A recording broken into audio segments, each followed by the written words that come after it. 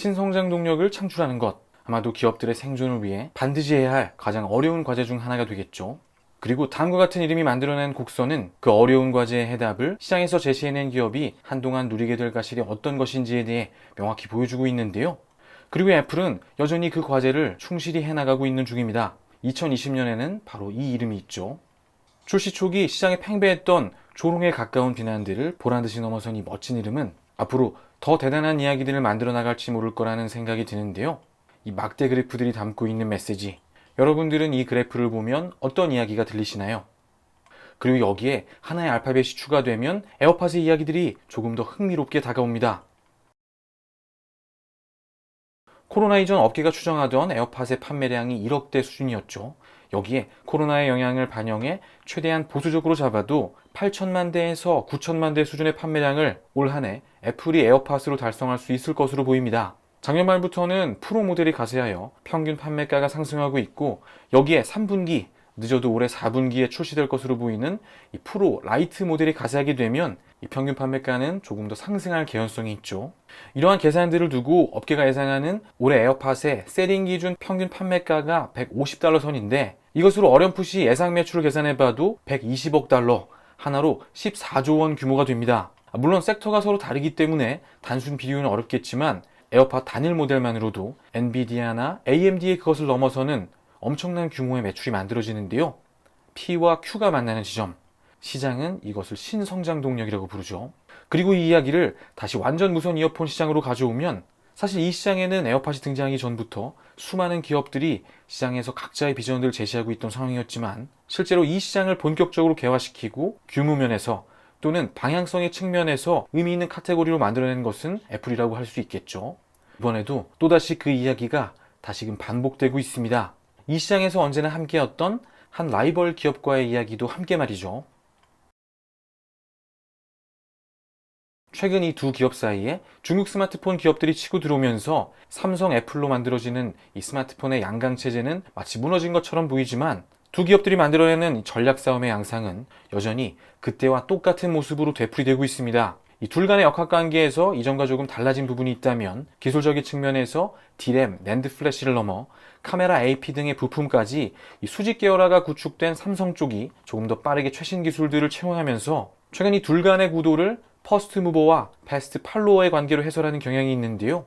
하지만 단순히 기술의 도입 여부, 도입 시기의 선후 관계를 넘어 시장을 보다 거시적 관점에서 냉철히 평가해보면 조금 다른 해석이 가능하죠. 애플의 참전 이후에 애플이 만들어낸 판매량, 판매 금액으로 해당 시장이 비로소 본격적인 개화기를 맞고 심기일전한 삼성이 다시 빠르게 대응책을 마련해 시장 성장의 과실을 일정 부분 함께 누리는 양상은 몇 번이고 계속해 되풀이되고 있고, 오늘의 주인공인 무선 이어폰 시장에서도 마찬가지입니다. 삼성은 갤럭시 시리즈와의 세트 구성 등의 판촉 활동을 통해 버즈의 기본 판매량이 어느 정도 보장되는 상황 속에서 800만 대 수준의 판매고를 올렸죠. 또 버즈의 가격대가 $100 이상인 점을 고려한다면 꽤 괜찮은 매출 규모로 달성한 것으로 추정됩니다. 하지만 애플의 그것과 비교하면 아직은 다소 초라해 보이는 숫자죠. 서로 비슷한 시점에서 출발했지만 이번에도 누가 진정 이 시장을 선도하고 있는지는 구태여 이야기하지 않아도 될 것 같습니다. 여전히 그때의 그 이야기들이 마치 데자뷰처럼 반복되고 있는 것처럼 느껴지는데요.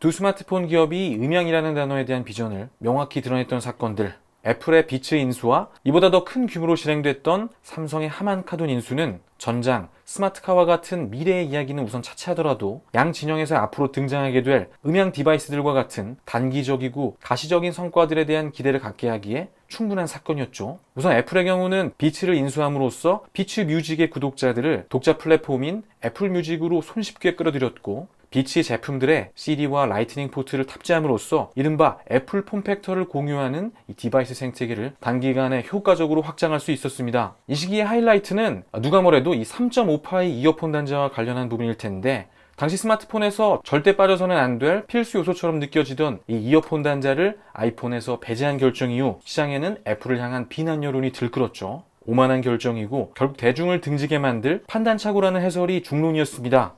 물론 여전히 이 결정에 대해 같은 의견이신 분들도 많이 계시겠지만, 오늘 이야기와 관련해 여기서 집중해야 할 부분은 해당 결정의 배경이 되는 애플의 계산들인데요.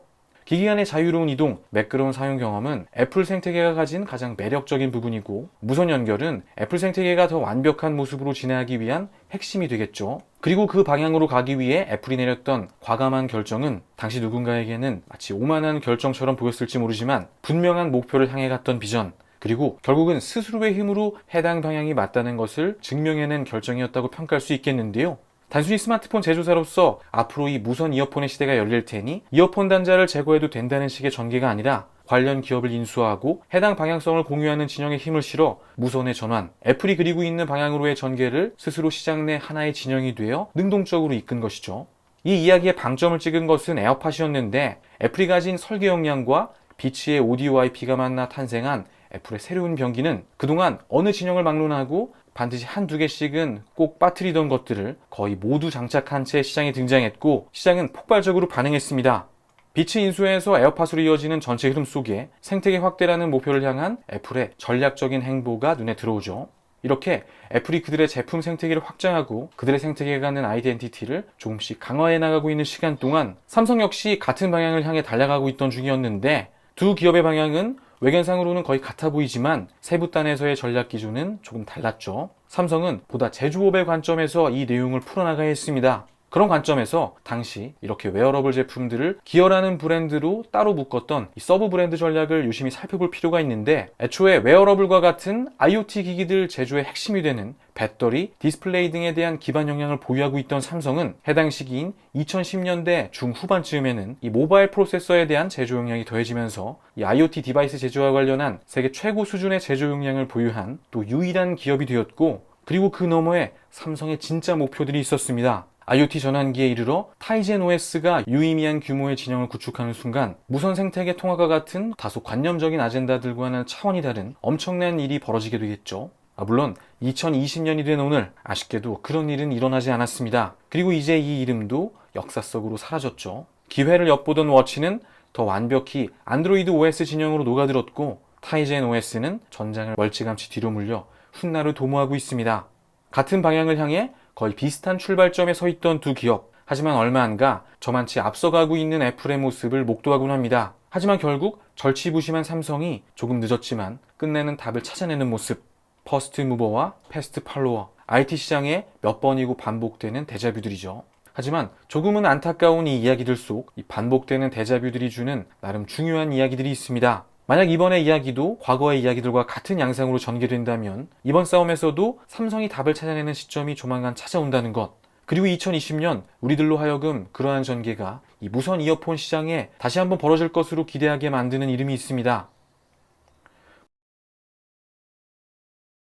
하만카돈 인수 후 3년 동안 아주 많은 것들이 바뀌었죠. 이 시간을 두고 사람들마다 내리는 평가는 다를 수 있겠지만 이제 업계 최고 수준을 논할 정도로 성능 면에서 매우 준수한 디바이스라 평가할 수 있을 것 같습니다. 이제 이 다음 차례는 이 기술들을 더 멋진 폼팩터 안에 담아내는 것이죠. 유출된 갤럭시 B의 모습에서 여러분들은 어떤 생각이 드실지 궁금한데요. 가장 눈에 띄는 점은 오픈형 구조의 채용이죠. 그렇게 되면서 최근 이 무선 이어폰 시장의 핫 키워드인 노이즈 캔슬링의 채용 여부를 두고 뜨거운 논란들이 벌어지고 있습니다. 그리고 이 부분이 매우 중요한 이야기가 숨겨져 있는 지점이죠. 30만 원대의 에어팟 프로가 노이즈 캔슬링을 이 무선 이어폰 시장의 가장 뜨거운 트렌드로 만들어가고 있는 지금, 삼성도 더 강력한 노이즈 캔슬링을 구현하는 맞불 작전을 놓는 것도 물론 한 가지 방법이 될 수 있겠지만, 한 발자국 물러서서 냉철히 다시 상황을 살펴보면 하이엔드 시장보다 우선적으로 삼성이 노려야 할 세그멘트가 보이는데요. 그리고 그런 상황에서 이 오픈형 구조의 폼팩터를 다시 살펴보면 고개가 끄덕여지죠. 노이즈 캔슬링이나 강력한 최신 기술로 상대적으로 얻을 것이 적은 200불대의 세그멘트에서 격전을 벌이는 것보다 저가 제품들과의 확실한 차이점을 부각해 업셀링을 유도하고 유의미한 규모를 창출해내는 것, 삼성의 무선 이어폰 전략이 우선적으로 향해야 할 방향이 바로 여기에 있습니다. 완전 무선 이어폰에서도 강력한 기능들을 구현하는 것도 이 시장에 향해야 할 하나의 중요한 방향이 되겠지만, 그 반대쪽에도 멋진 길이 있습니다. 극도로 소형화해낸 이 보청기 형태의 폼팩터를 통해 구현하게 될 장시간 착용해도 편안하고 이질감 없이 일상에서 착용할 수 있을 것 같은, 어쩌면 노이즈 캔슬링을 구현하는 것보다 더 근원적인 완전 무선 이어폰이 향해야 할 방향들, 음향 기기를 넘어 웨어러블이 가야 할 방향은 스마트워치처럼 일상에서 함께 할 수 있는 디바이스라는 점을 상기해보면 해당 방향이 비록 지금 당장 이 얼리 어답터들의 환호를 이끌어내지는 못하더라도 결국 시장의 선택을 받는 결정이 될 수 있을 거라는 기대를 갖게 되는데요. 그리고 이와 같은 폼팩터의 변화는 그저 성능과 최신 기술의 도입을 포기하고 반대 급부들을 얻는 시기에 제로섬의 향상이 아니라 성능적인 부분에서도 기대할 만한 점이 있죠. 대표적인 것이 음질인데 현 세대의 갤럭시 버즈 플러스의 공간감, 해상력의 수준을 미루어 짐작해보건대 만약 커널형에서 오픈형으로 전환이 된다면 어쩌면 그동안 커널형 완전 무선 이어폰에서 느끼지 못했던 오픈형 구조 특유의 청명하고 부드러운 음질을 기대해 볼 수 있겠죠. 물론 이 모든 이야기는 갤럭시 빈이 앞으로 어떻게 등장하느냐에 따라 결론이 날 이야기가 되겠습니다만 만약 지난 10년간의 흐름대로 앞으로의 이야기가 이어진다면 2020년은 아마도 다음과 같은 수준을 밟을 차례라는 것, 이 이야기를 기대하게 만드는 무엇보다 가장 큰 이유가 될 텐데요. 애플이 본격적으로 개화시킨 시장에 이제 얼리 어답터들이 아닌 일반 대중층이 하나둘씩 시장에 넘어오고 애플이 올려놓은 가격 저항선에 갤럭시 버즈의 가격은 대중에게 조금씩 합리적으로 보이는 지금 하만 인수 3년 차를 맞은 슬로우 스타터의 반격, 지난 시간의 이야기들이 다시 반복될 시간이 찾아왔습니다. 여전히 100조의 매출을 올리지만 성장 동력은 조금씩 꺼져가는 이 삼성 IM 사업부의 고민 앞에 완전 무선 이어폰 시장은 꽤나 훌륭한 신성장 동력이 될 거라 생각합니다. 그리고 벌써 10조가 넘는 신성장 동력을 찾아낸 애플처럼 이제 슬로우 스타터가 그들의 실력을 발휘할 시간이죠. 삼성 IM 사업부는 얼마만큼의 신성장 동력을 발굴해낼 수 있을지 하만 카돈 인수의 마법이 시작되는 가을의 이야기들 설레는 마음으로 기다려봅니다. 자, 오늘의 이야기 여기까지 준비했고요. 오늘도 행복한 밤 보내십시오.